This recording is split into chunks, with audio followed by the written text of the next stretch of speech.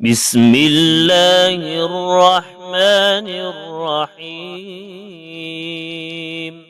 يسبح لله ما في السماوات وما في الأرض، الملك القدوس العزيز الحكيم. هو الذي بعث في الأميين رسولا منهم يتلو عليهم آياته ويزكيهم ويعلمهم الكتاب والحكمة وإن كانوا من قبل لفي ضلال مبين. وآخرين منهم لما يلحقوا بهم وهو العزيز الحكيم. ذلك فضل الله يؤتيه من يشاء والله ذو الفضل العظيم.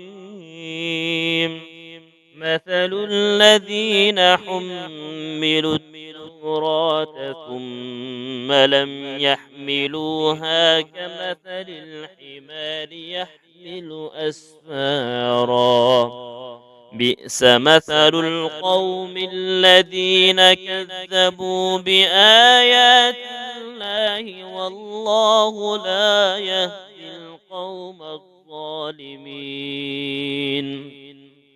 قل يا أيها الذين هادوا إن زعمتم أنكم أولياء لله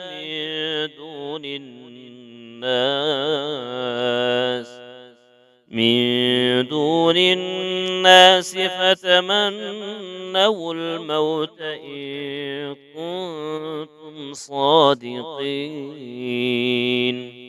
ولا يتمنونه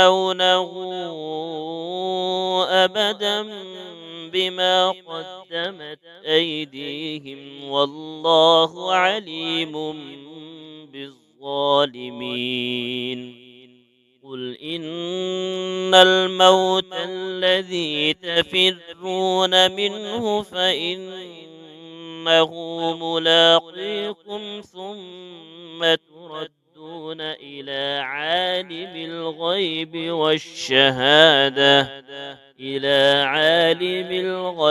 والشهادة فينبئكم بما كنتم تعملون. يا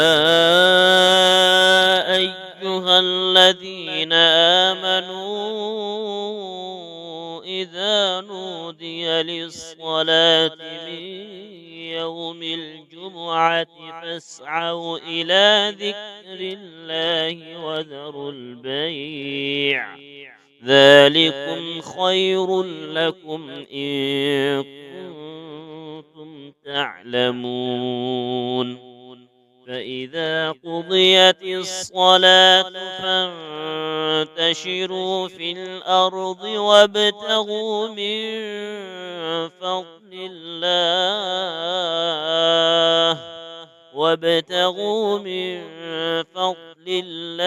واذكروا الله كثيرا لعلكم تفلحون. وإذا رأوا تجارة أو لهوا انفضوا إليها وتركوك قائما،